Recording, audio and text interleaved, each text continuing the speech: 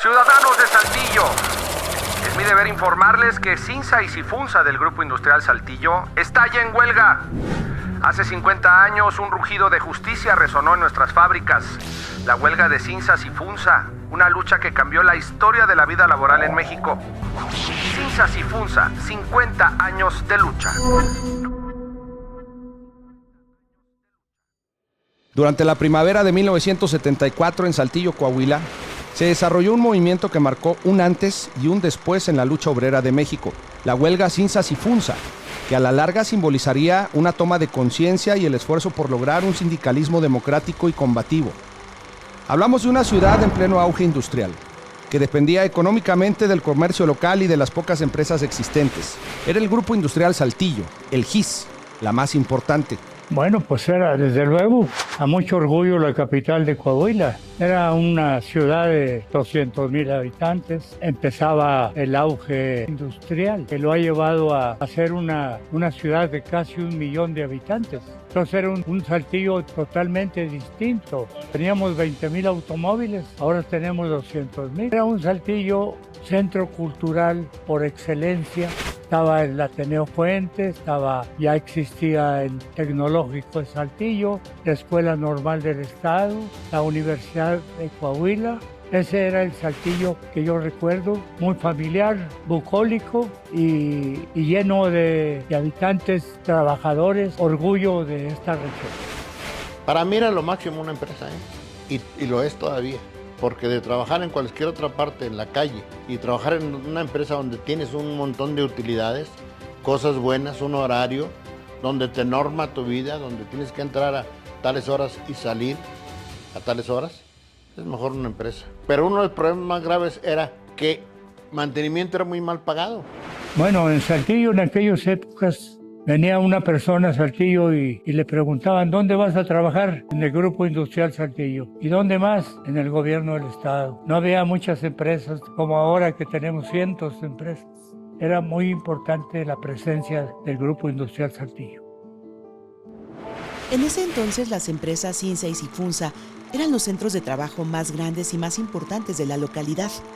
Casi no existía familia, persona, profesionista, ni sectores que no tuvieran algo que ver y en muchos casos depender de alguna manera de esas empresas y sus dueños. El sindicato tenía 34 años de creado, la empresa tenía 50 y solo se había dado una huelga en 1952 que duró muy poco tiempo y la perdieron los obreros, continuando el férreo control sobre los trabajadores y su sindicato. El GIS inició como una ferretería en 1916 y para 1928 se convirtió en una pequeña empresa familiar de 3 hermanos, encabezada por don Isidro López Sertuche, quien adquirió una troqueladora para el laminado de ollas, elementos de cocina y piezas para la reparación de estufas y calentadores. 4 años más tarde se constituye formalmente Cinsa, que sentó las bases para la formación del grupo. Todos hemos cocinado en ollas y cazuelas de peltre, estas elaboradas por Cinsa. Pero, ¿cómo es que esta pequeña empresa pasó de estar integrada por 3 personas y terminó dando empleo a miles de trabajadores? En 1947 adquiere y diversifica Molinos El Fénix, dedicado a la producción y el procesado de productos de harina de trigo. Para 1955 crea la primera planta de Sifunsa, que con el paso de los años se ampliará constantemente hasta convertirse en el parteaguas de la compañía. Don Isidro López Sertuche fallece en 1958 y el conglomerado queda a cargo de sus hijos, Isidro y Javier López del Bosque, que cambian la política cercana y conciliadora con los obreros por una política con una visión más empresarial.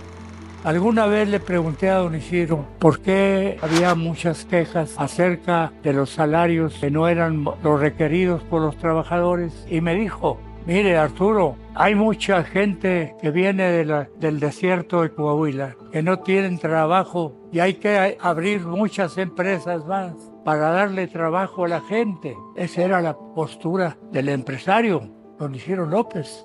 Entonces se trataba de hacer una aseguranza económica para nuevas factorías. Y además me dijo algo que nos sirve de ejemplo todavía. Dijo: sepa usted que yo no tengo un peso fuera de México. En Estados Unidos no hay un centavo, $1 que fuera que yo haya mandado a Estados Unidos. Eso me le conmovió un poco porque pues era una aseveración muy nacionalista. Sin embargo, al fallecer don Isidro, ya no había la cabeza prudente y con capacidad de empresario que manejaba el Grupo Industrial Saltillo. Y entonces, pues estalló la huelga. Tan solo las empresas Cinza y Sifunza daban trabajo a más de 6,000 trabajadores, que inconformes con las bajas prestaciones laborales y el acoso constante, comenzaron a organizarse discretamente, a través de volantes repartidos en baños y botes de basura, dispuestos en todas las plantas.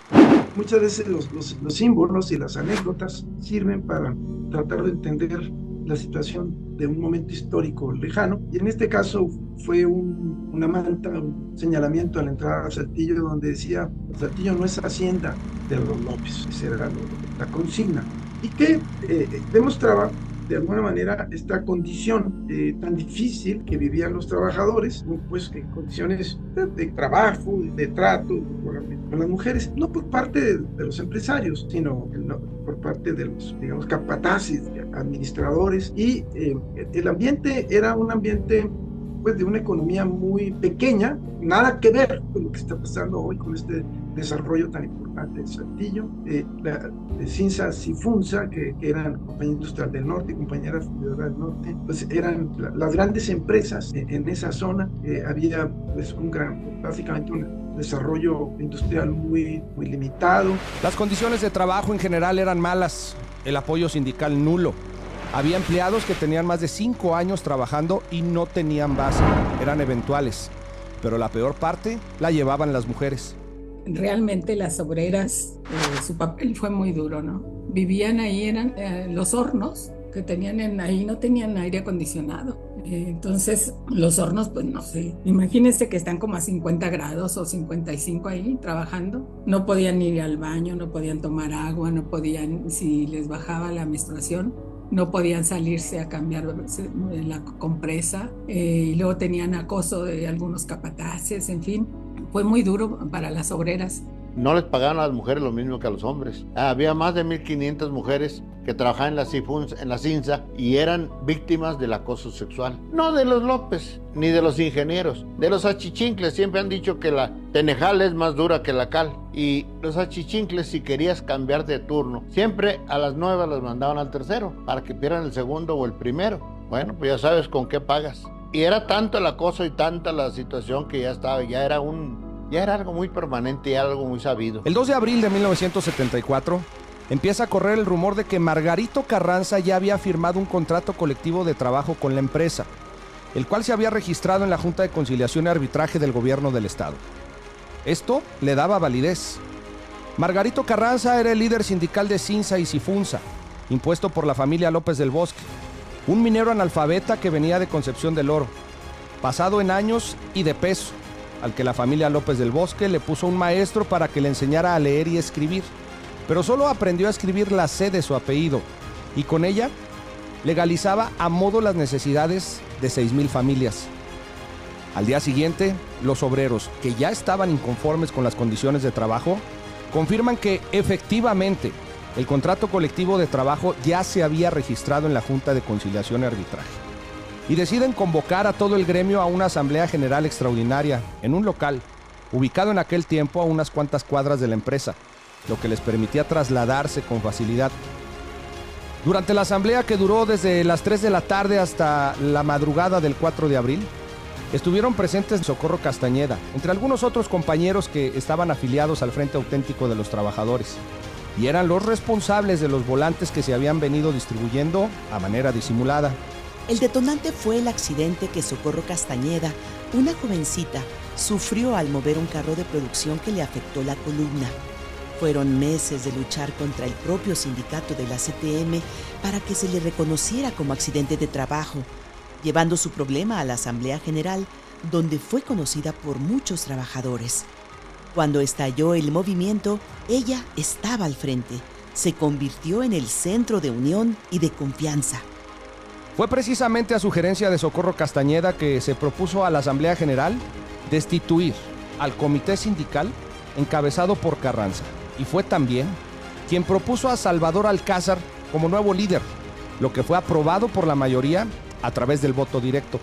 Cada 2 años que se revisaba el contrato, muchos decían que ahora sí, tumbarían a la directiva, pero no se animaban y las cosas continuaban igual. Hasta que ese 3 de abril de 1974 se escuchó el gigantesco ¡basta! Y cayó Margarito. Yo particularmente opté por trabajar en el seno de los trabajadores y me involucré en el FAT, Frente Auténtico del Trabajo, que era una organización, que es una organización independiente, democrática, que por muchos años, más de 70 años, ha luchado a favor de la democratización del mundo del trabajo. Estando en el FAT, había otro grupo de compañeros, el Socorro Castañeda, estaba Isaías Calvillo, Magdalena Izquierdo, en fin, un grupo que hacían trabajo en el seno de los trabajadores con capacitación, formación y obviamente con otras organizaciones, no exclusivamente el FAT, también compañeros estudiantes, grupos de base, y nos involucramos a raíz de que la Asamblea toma la decisión de destituir a Margarito Carranza. La disolución de la entonces Junta Sindical se dio porque las condiciones de trabajo en general eran malas y el nuevo contrato colectivo de trabajo, firmado a espaldas de los trabajadores, solo contemplaba un aumento salarial al 12.5%. Se pusieron a leer todo lo que habían conseguido y eran 48 cláusulas que el comité ejecutivo había canjeado por otras 48. Ni habían sacado una sola cláusula de ganancia. Entonces las cláusulas decían: se dará permiso al secretario general de que asista a las asambleas y que forme parte y que pida 2 o 3 días, siempre y cuando. Y en todas las cláusulas venía ese siempre y cuando. Entonces decía: se le entregará al trabajador que tenga un hijo una canastilla con talco, con aceite Menem, con unas toallitas, con unos pañales, porque entonces se usaban los pañales, no los desechables, y podrá estar con su esposa 2 o 3 días, siempre y cuando. ¿Qué era siempre y cuando? La empresa no lo requiera, no lo necesite y no tenga producción que solventar. Y así eran, todas las cláusulas eran siempre y cuando. Y ahí también decía: siempre y cuando esté casado, no ha rejuntado por las 3 leyes. No sé cuál es la tercera, pero sé que hay una es la civil y otra es la de la iglesia, y la tercera no la conozco. Y compañeros, les vamos a anunciar que lo máximo que logramos conseguir, porque están dando el 2 y el 4 y el 5 y el 7%, nosotros conseguimos el 12.5% de aumento para los trabajadores. La gente se enojó. Pensaron ellos que el 12.5% era mucho porque había rebasado los límites de algunos de los charros de la CTM. Entonces la gente se enojó por ese aumento que nos dieron de 12.5 y los echó para abajo. Las peticiones de los obreros eran claras: un aumento salarial del 40%, el alto al acoso sexual laboral de las empleadas, que constantemente eran obligadas a trabajar más horas en condiciones precarias y turnos difíciles, bajo amenazas constantes para cambiar de turno. La igualdad de salarios en razón de género, el respeto al periodo vacacional conforme a la Ley Federal del Trabajo, otorgar las bases a los obreros que estaban como trabajadores eventuales a pesar de llevar años en la empresa. Y lo que pedíamos era pues cosas que se manejan en una negociación, que no se corriera ninguna de las personas, que se diera el aumento en tiempo y forma, que se diera el económico, que se diera lo justo, que hubiera una equidad de género para las mujeres, que ganaran lo mismo lo que ganan los hombres por el mismo trabajo. Si alguien era perforador, o era esmalteador, o era laminador, que ganara lo mismo la mujer que el hombre. Y cosas así, pero no nos aceptaron nada. El 4 de abril, una vez que se integró un comité sindical, un grupo de obreros acudió a la Junta de Conciliación y Arbitraje, esta ubicada en el antiguo edificio Coahuila, con la finalidad de hacer el registro. Los trabajadores decidieron irse en masa a tomar la Junta Local de Conciliación y Arbitraje y a exigir la toma de nota del comité.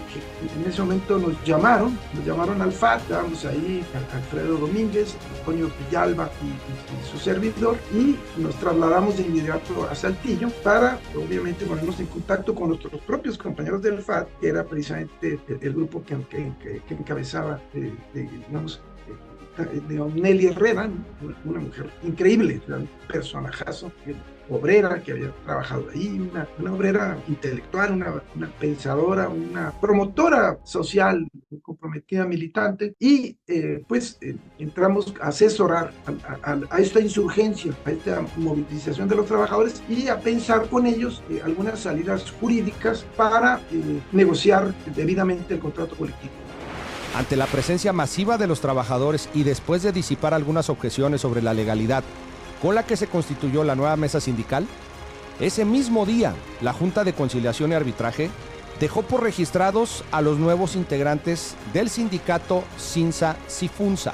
Un día después, el nuevo comité, acompañado de sus asesores del FAT, se presentó en las oficinas del GIS, intentando dialogar con los empresarios para llegar a un acuerdo. Sin embargo, se negaron a recibirlos e impugnaron el registro obtenido sin base legal para hacerlo. Convencidos de que sería imposible llegar a un diálogo con la empresa, el 7 de abril de aquel año, los trabajadores organizan un mitin en el que dan a conocer a los saltillenses el emplazamiento a huelga. El siguiente día, los abogados de la empresa, liderados por Roberto Aris Penarro, respondieron negando la solicitada en el pliego petitorio, alegando desconocer al nuevo comité ejecutivo sindical y exponiendo que solo reconocían al anterior, con el cual ya tenían firmado un contrato colectivo, abriendo un incidente ante la Junta de Conciliación y Arbitraje. Yo no entraría a una descalificación personal del señor Isidro López o don Isidro, como le dicen. Creo que él no entendió cómo los trabajadores quitaban a su líder, Margarito Carranza, pero además era el modelo de antes, así que no era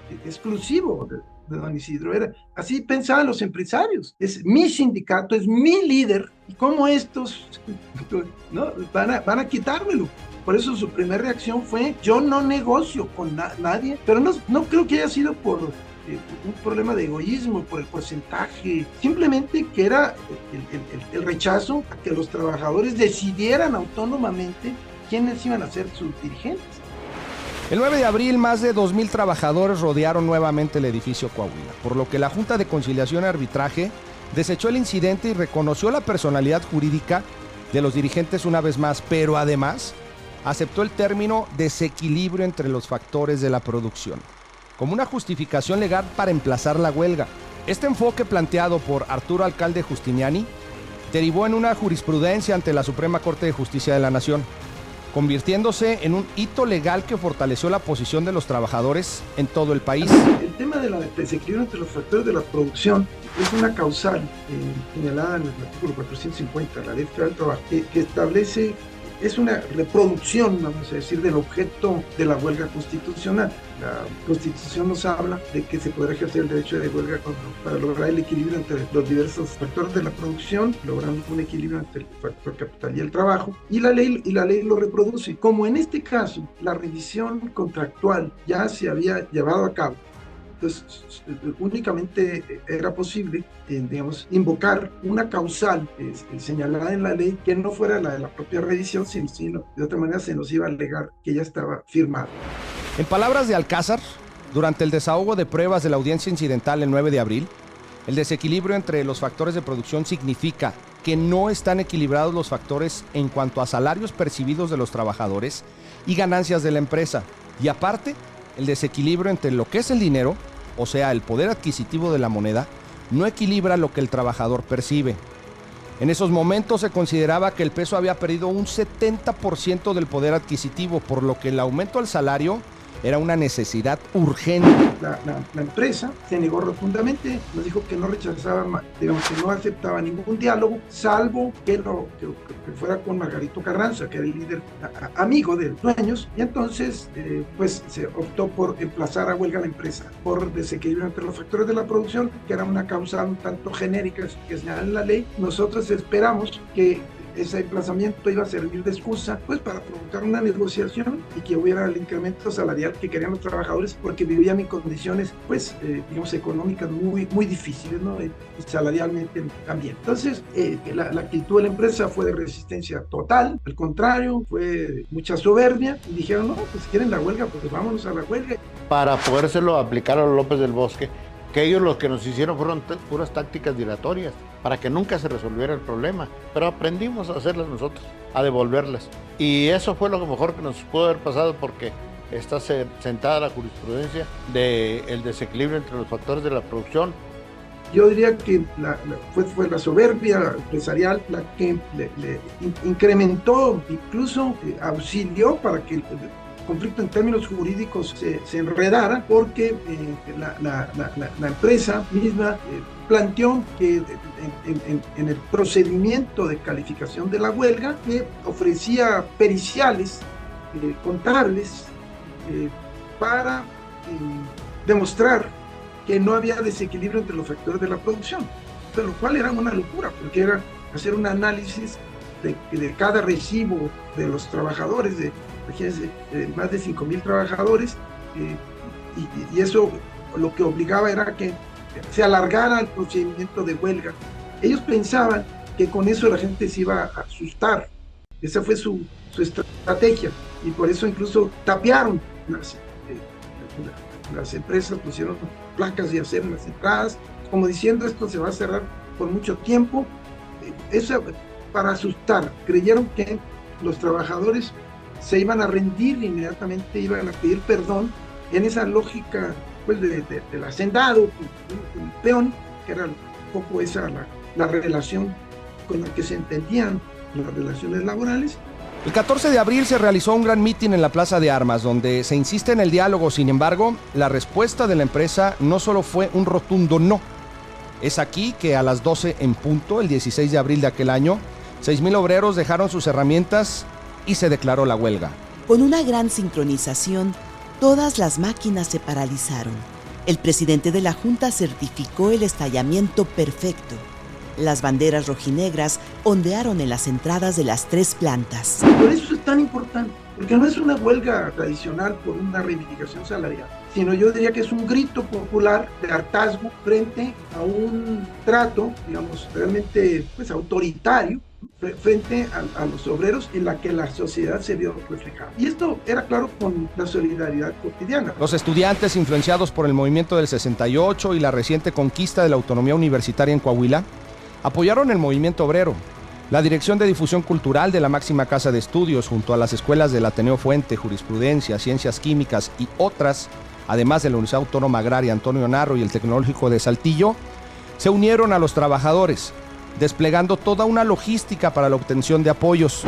Ten en cuenta que atrás de cada universitario había una familia de clase media. Hubo muchas cosas hermosas durante este movimiento, por ejemplo, las despensas que nos organizábamos para recoger la gente que quería ayudar, etc. La universidad puso sus camionetitas y el personal que teníamos iba a repartir las despensas, ¿no? Se organizaron, por ejemplo, era como el hilo de plata, o sea, íbamos todos y poníamos unas monedas, ¿no? Para juntar, o sea, mucha imaginación, la verdad. El 10 de mayo también fue una de las fechas importantes porque los patrones, para convencer, les mandaron a las mujeres sus canastas por el Día de la Madre, y todos fueron a sus casas y se las regresaron, se las aventaron, dijeron que ellas tenían dignidad, ¿no? La alta oligarquía de Coahuila, los empresarios, pues estaban apoyando a la familia López, obviamente. Pero la generalidad del pueblo veía con buenos ojos a los obreros que durante muchos años habían sufrido un trato laboral muy hostigado, muy lamentable. Y la gente lo veía bien. El director del Independiente me regaló una página que aparecía cada domingo, que se llamaba Aquí Universidad. Esta página también la leíamos en la XCKS cada domingo. También yo era la voz de la universidad en aquel entonces. Era con Chuy López y Armando La Peña y yo. La página y el programa Aquí Universidad contaría a detalle semanalmente el día a día de los avances y retrocesos de la huelga, dejando documentado todo el movimiento. Por su parte, la comunidad saltillense también jugó un papel crucial, proporcionando apoyo logístico y moral. Las mujeres organizaron despensas y participaron activamente en las manifestaciones. Y que ahí venían ese movimiento de mujeres, porque las mujeres ocuparon un papel fundamental. Yo diría que es para el feminismo, digamos, y aquellos que analizan este fenómeno, tendrían que retomar la gran enseñanza que nos dieron las mujeres, las madres, las hijas, las trabajadoras, que retomaron la defensa del movimiento, incluso de manera autónoma, tenían sus propias asambleas, tomaban sus propias decisiones. Es que este movimiento tiene pues, muchos elementos valiosísimos en términos de acreditar lo que fue esa generosidad, digamos, esa disposición popular por tomar en sus manos la transformación, ¿no? de las condiciones de laborales y económicas. Que te lleguen 4 o 5 suspirantas, no sé cómo llamarles porque merecen todo mi respeto a las mujeres que trabajan en el sexo, pero que lleguen a tu oficina a decir, vengo a donar. Juntamos en el salón fulano, sutano, mangano, perengano, en el foco rojo, juntamos dinero para traerles, para que no decaiga, para que siga el movimiento, para que triunfen, para que luchen y para que logren su objetivo. Caray, sabían hablar mejor que un servidor y daban el por qué y para qué nos llevaban dinero. Yo no recuerdo cuánto, se los dimos al tesorero, pero era un bonche de billetes. Yo le pregunté, la pregunta obligada, ¿por qué? ¿Por qué? ¿Y por qué a ustedes y por qué a nosotros? Dijo, los obreros siempre han sido nuestros mejores amigos y nuestros mejores clientes. Nosotros deseamos, queremos que les vaya bien, que no les vaya mal. Porque si les va mal a ellos, nos va a ir muy mal a nosotros. No le digo que vivimos, convivimos, disfrutamos de muchos obreros. Ah, caray. Me causó mucha sorpresa, pero siempre he pensado que si conoces un día a una mujer inteligente, lo mejor que puedes hacer, quítate de en medio, déjala que pase. No estorbes. Al ver que no había avance en el movimiento, el 14 de mayo un grupo de trabajadores decidió viajar a San Luis Potosí para encontrarse con el presidente Luis Echeverría, pero fueron detenidos por la Policía Federal en Matehuala. Las autoridades municipales los ayudaron con las gestiones para que les permitieran seguir adelante.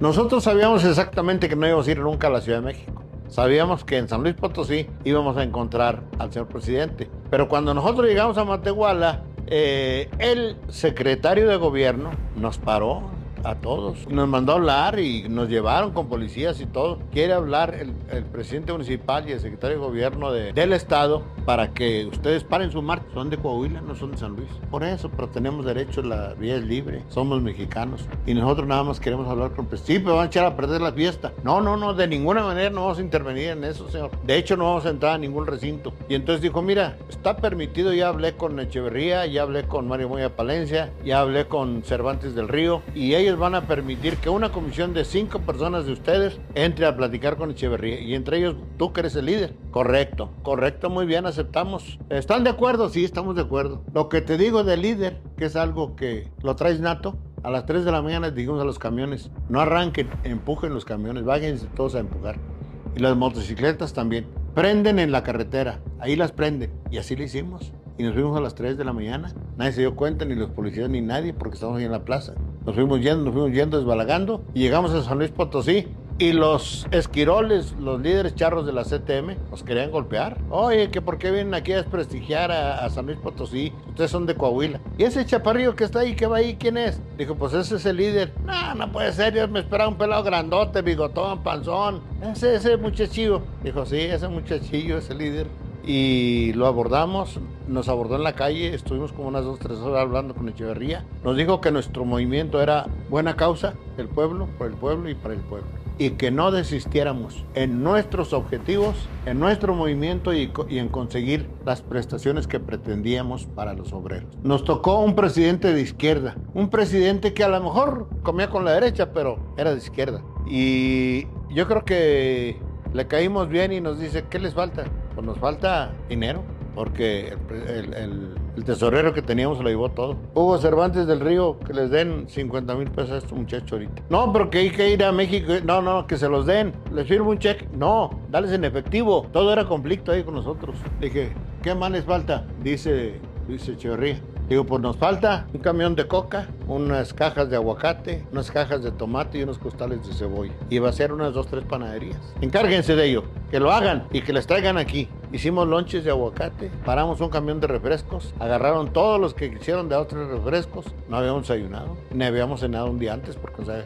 Pero él, antes de llegar a Matehuala, estaban los soldaditos todos formados y me mandan a hablar, oye, está toda la caravana parada. ¿Cómo? Sí, no dejan pasar los soldados. Ya estaban hincados, ya estaban parados y estaba puro desierto ahí, puro víbora. Total, pues me voy en el safari rojo de este señor, Dávalos, y me subo al camión al primerito. Le digo, ¿qué pasó? ¿Por qué le das? No ves que ya. Me subí yo, cortaron cartucho. Dijo, cuando te subiste cortaron cartucho. ¿A poco? Sí. ¿Y tienes miedo? Dijo, yo sí, muchacho. Tengo familia, tengo esposa y tengo hijos. Yo tengo esposa y tengo una hija. No disparan. Tú no te preocupes, despreocúpate. O sea, yo tenía que ser convincente y hablar. No va a pasar nada. Ellos no se van a atrever a disparar. ¿Tú crees que mañana en todos los periódicos le dispararon a la caravana de los obreros? No lo pude convencer. Dijo, no, sí van a disparar. Bueno, yo me atravieso y tú le das. Y me tuve que atravesar. Apenas alcanzaba a ver el chofer. Y para que vean que yo soy muy valiente, después de que pasamos, duré como 10 minutos que me chocaba rodilla con rodilla. Porque cuando íbamos pasando, iba rezando. Iba rezando y me acuerdo de la Magnífica porque me la pusieron en un papel mamá cosida y por dentro y todo. Pero Ave María y Padre Nuestro no paraba de rezar cuando íbamos pasando. Y cuando acabamos de pasar, pues nomás las rodillas me temblaban una con otra, chocando. Pero no, afortunadamente no dispararon. Entonces, y el presidente de la República también tuvo pues una apertura que también hay que entenderla en la lógica de Echeverría, que él jugaba un poco con esta visión así popular, a veces antiempresarial, un poco cuando convenía en su lógica, en su visión. Para algunos analistas incluso lo alentó en la medida en que no lo reprimió. Y puede ser una interpretación razonable. En los 48 días de huelga, muchos de los actores del movimiento pasaron por circunstancias muy difíciles. Sufrían acoso, amenazas. Además, eran vigilados dentro y fuera del grupo. El capitán Pedro Manuel Cámara Díaz, de Yucatán, sacó un cajón y dijo, mira, Alcázar, con esta, que tenía a 10 metros. Y luego, nunca me llegó la orden. Te puedo decir que no solo mi señora madre, Dominga, una campesina, tenía una peladora y había rosarios, sino que las madres o las esposas de los obreros, yo me vine enterando años después. Mi madre siempre tuvo una veladora para Salvador Alcázar. Y eso es algo muy tremendo. El gobierno federal, con la intervención del estatal que encabezaba Eulalio Gutiérrez Treviño, presionó tanto a la empresa como al Consejo Sindical para resolver de tajo el problema. Por su parte, el GIS no quería dar un brazo a torcer, por lo que solicitó negociar únicamente con la gente de Salvador Alcázar, haciendo a un lado tanto a los asesores jurídicos del FAT como al resto de quienes le habían ofrecido su apoyo. O sea, los empresarios pusieron las reglas y dijeron necesitamos contar con este tipo de apoyos, o sea, excluir todo el apoyo popular, excluir el apoyo estudiantil, excluir los actores sociales, incluyéndonos a nosotros como asesores, pero utilizándonos como si fuéramos nosotros el obstáculo, lo cual es absolutamente falso. Antonio Villalba, por ejemplo, que era ahí de los participantes, o la propia Nelly con todo el equipo de Calvillo, pura gente pues seria, honesta, profesional, conciliadora, que jamás nos hubiéramos opuesto a un arreglo. Incluso lo triste del asunto es que probablemente si los empresarios hubieran explicitado su disposición a dar el porcentaje de incremento y el pago de salarios caídos, pues el asunto se hubiera llegado a un convenio y aquello hubiera terminado muy bien. Pero fue la prepotencia, ¿sí? Otra vez la soberbia en su etapa final, donde dijeron, no lo vamos a dar así, vamos a darlo, pero a cambio de un acuerdo que tenga un costo para todos aquellos que ellos identificaban como un problema, ¿no? O sea, el apoyo popular, la asesoría jurídica, bueno, y ya el secuestro de nosotros, pues fue la que derramó el vaso. La noche del 2 de junio, la Comisión de Obreros, infiltrada por esquiroles, y el Comité Ejecutivo, supuestamente sin asesores ambas partes, encerrados en Palacio de Gobierno en la madrugada, conocieron el documento ya firmado, donde se reconocía a la CTM como la legal representante de los huelguistas. Algunos lograron escapar de la reunión para acudir al sindicato a denunciar, pero por las calles ya circulaba la prensa anunciando que la huelga había terminado. Hoy noto que hay muchas interpretaciones equivocadas de lo que sucedió en ese periodo, sobre todo en la parte final, para tratar de exculpar la responsabilidad que tuvieron quienes firmaron a espaldas de los trabajadores, ¿no? Particularmente el líder, ¿no? Como como aparece ya en varias publicaciones, pues decidió traicionar a los trabajadores y firmar a sus espaldas. Pero lo terrible del caso es que no terminó con un arreglo democrático, digamos, en el que se garantizaran pues las reglas para evitar las represalias y que hubiera un acto democrático que lo merecían los trabajadores. Aquello terminó pues muy penosamente con una traición, auténticamente. Incluso yo por ahí cuento cómo cuando yo estaba secuestrado me fueron a liberar algunos compañeros, porque siendo una ciudad tan chica la gente se enteró dónde estábamos secuestrados y con una cuerda me fueron a sacar ahí Salvador Alcázar me vio y que incluso se puso a llorar ahí enfrente de todos los trabajadores. Muchos de esos miles de trabajadores se acordarán de esa escena tan dramática donde él confiesa su traición, incluso señala que su madre le había reclamado la noche anterior y con eso pues ya el problema es que ya todo estaba firmado otra vez a espaldas de los trabajadores. Esa era una reedición de lo de Margarito Carranza, pero después de un movimiento tan valioso. El hecho es que después se viene la represión, la desorganización y este conflicto, digamos, que se da con una dirección sindical que se había entregado con los delegados democráticos, auténticos, que genera un ambiente propicio para esa represión tan dolorosa que vino, digamos, meses después. Yo fui secretario general de 300 trabajadores, pero también fui secretario general de 6,000 trabajadores en el 74 en el Grupo Industrial Saltillo. Hicimos una huelga que duró 48 días y la ganamos con el 70% de salarios caídos. Un aumento de sueldo de un 4% contractual arriba del salario mínimo. Y no solamente ganamos eso, sino que había gente que tenía 15 y 18 años sin tener la planta. Nosotros les conseguimos la planta. Y luego hicimos ahí un pacto de caballeros en donde no debería haber gente corrida, la que estuvo involucrada en la huelga. Me corrieron 2,800 trabajadores, el Grupo Industrial Saltillo, después de la huelga de Cinza. Fue en Socorro que todos depositaron su confianza. También fue ella con Lupe y Julia las que descubrieron la maniobra, la nueva traición de Salvador Alcázar en Palacio de Gobierno.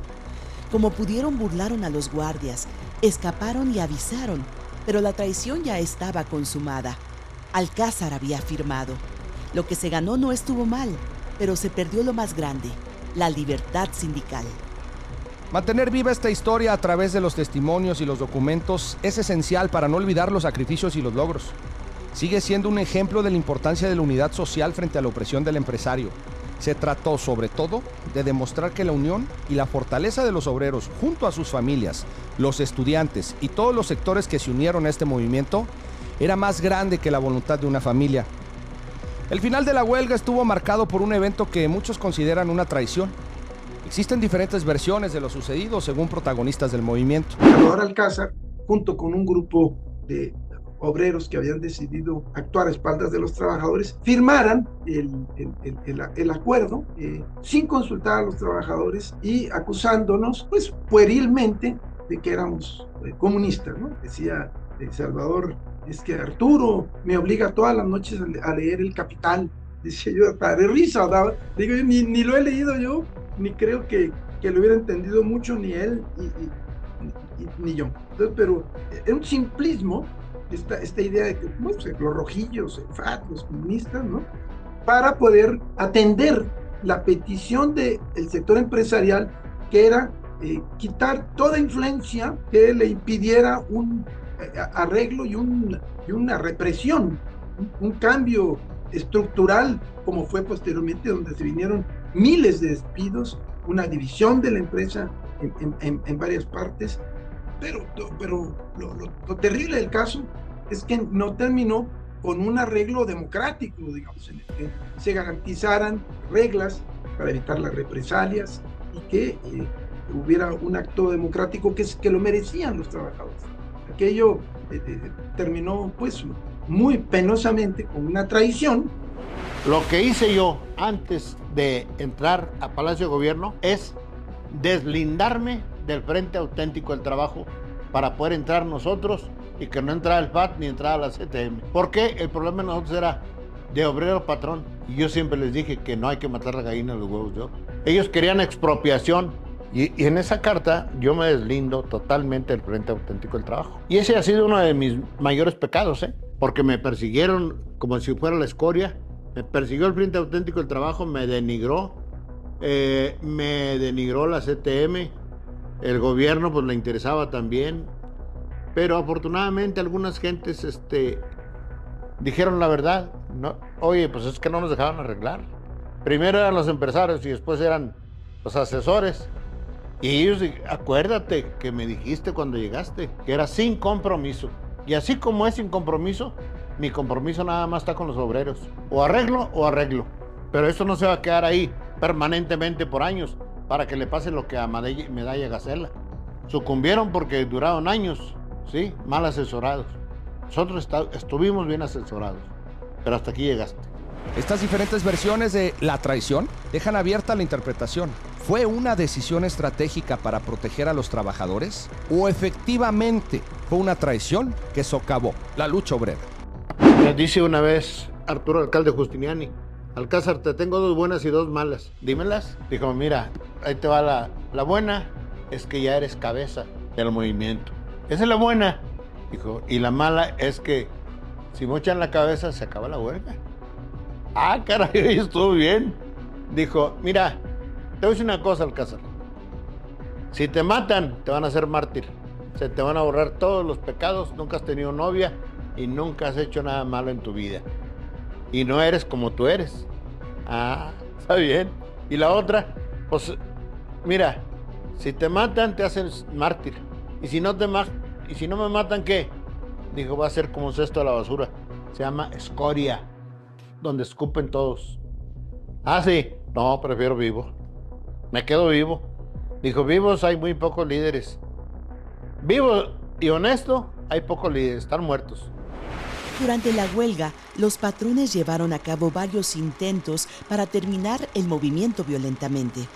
Pero la responsabilidad, organización y disciplina que el FAT imprimió al movimiento impidió que se desbordara y cediera a las provocaciones, aun cuando la base obrera rechazó la carta que firmó Alcázar y exigía la presencia del FAT.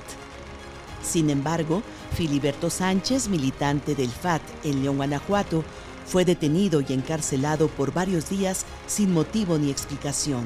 Cuando en el mes de octubre del mismo año de 1974 se destituye a Salvador Alcázar y se nombra a Arnulfo Ramírez, la CTM trajo golpeadores de Monterrey que llegaron a provocar apedreando el local sindical, dándose un conato de violencia que fue aprovechado para la intervención del ejército que tomó el local sindical. La vigilancia y presión era constante. No se podía ni platicar entre los obreros porque inmediatamente los amonestaban, permaneciendo condiciones carcelarias al interior de las plantas, con militares trabajando como obreros. Sin embargo, la resistencia se mantuvo por más de 8 años al interior de las plantas.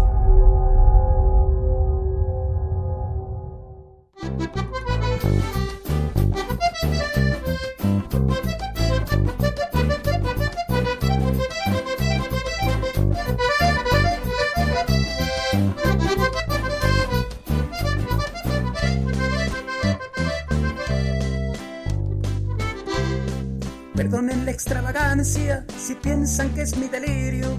Perdonen la extravagancia si piensan que es mi delirio. Pero ya no están en Francia los restos de don Porfirio. Pero ya no están en Francia los restos de don Porfirio.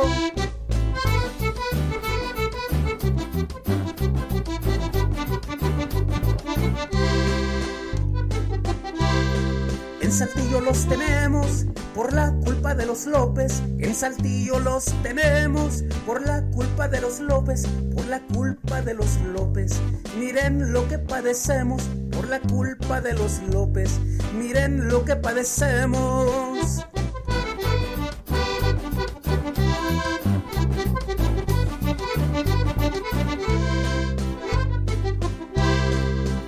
tienda de raya, ni peones acasillados. Aquí no hay tienda de raya, ni peones acasillados. Los obreros están contentos, por gusto andan encuerados. Los obreros están contentos, por gusto andan encuerados.